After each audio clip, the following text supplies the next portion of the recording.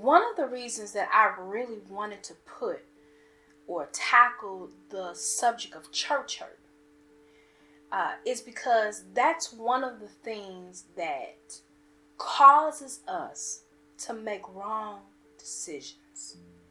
It causes us a lot of times to get completely out of the will of God.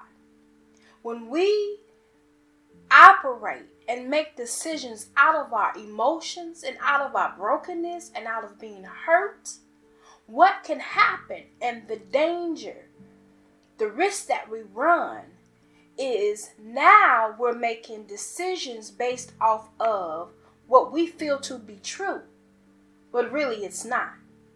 So what is not true, we are now calling truth and making decisions based off of that. And a lot of times we're operating in something that's called delusion.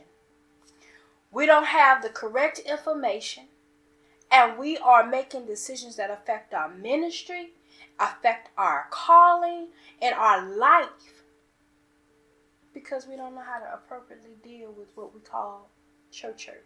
We look horizontally at situations a lot of times, and we make those decisions. We make it out of our emotions. Rather, we should be looking vertically. Because you can think that a situation happened for one reason, make a decision to respond to it a certain way, and you be completely off. So I just wanted to make an appeal to people who are disenfranchised, people who don't want to come back to church because they say they have experienced church hurt, or people who are sitting right in the church. You're in the church, but your mind not there. Your heart is not there. I get it. I've been there. But what if the very thing that you call church hurt, God allowed that to happen so that it could break you, so that he can make you? What if that church hurt was revealing pride in you that you did not know that you had? What if church hurt was allowing you to go and walk through a process where he would excavate and extract and gut out everything that could not go with you to your next level? Be like, Donna, that's too much. All I know is she said this about me, it hurt my feelings. Or all I know is that the leader did this to me. It wasn't right. They're showing favoritism. They won't use me. They don't understand who I am. They won't put me in ministry. And you're hurt. And so now you won't submit. And even if you do stuff, your heart isn't right when you do it. Your mind isn't right when you do it. And you're not in the right posture. You still need to be processed. And a lot of times God allows that church hurt to do just that. And especially, there's so many different categories of church hurt. And I'm going to address it in the chapter. I believe the Lord gave me a perspective of church hurt. And I keep doing it like this on purpose. That's a little different in the book. And I don't want to say it now because, again, I want you to read the book. But there are a lot of different categories of what we call church hurt. But one of them, when it is dealing with leaders, whether it be a mother in the church, mentor, director of a ministry, but especially if it has to do with, your pastor or bishop or something like that, you better be very careful that you don't allow that church hurt to run you out and get you thwarted off of your destiny. What if God allowed that church hurt, right? And then God says, you have to stay at that very place. You like, I can't stay here. I don't know if I can receive the word. I don't know if I'm valued. I don't know if this, God, I feel ostracized. I feel A, B, C, D, E, F, and G. And I can't operate like this, God. But what if he tells you to stay? Do you have a relationship with the Lord as such to where his word will override your emotion and your will? Or will your will and your emotions become God? I had an experience where I was hurt and broken so bad, I did not want to make it or go to the next day. I had to put one foot in front of the other. It wasn't my power, it wasn't my strength, because if it was up to me, I probably would not have done it. But what I did know is that I could not do it. And I asked God to help me. And in him helping me, what he required me to do was to stay. I could not leave.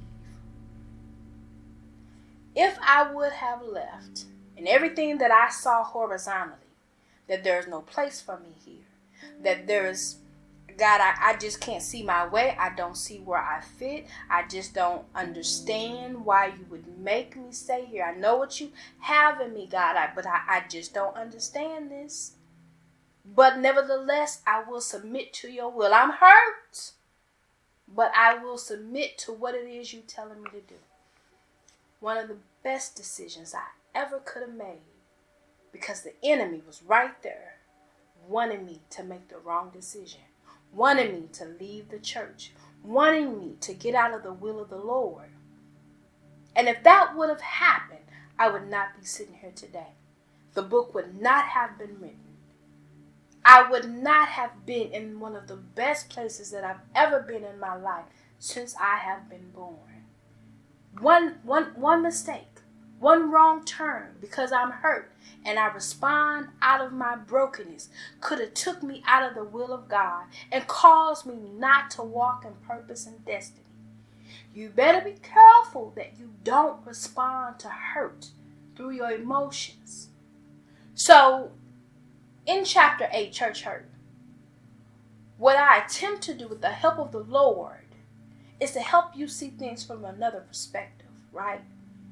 Instead of responding to what you think you know or the perspective that you have, before you make the wrong decision, I will appeal to you to consider that maybe it was allowed for another reason.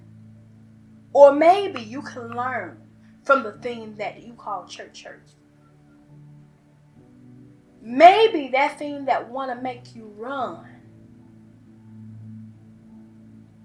is a thing that God is going to use to, first of all, break you down and remove all of the stuff in you that should not be. Or reveal something in you that is there that should not be. And then help you, mold you, and make you. We have to be able to go through some stuff. We have to be able to walk through, not try to jump over, go around, or go under. We have to go through.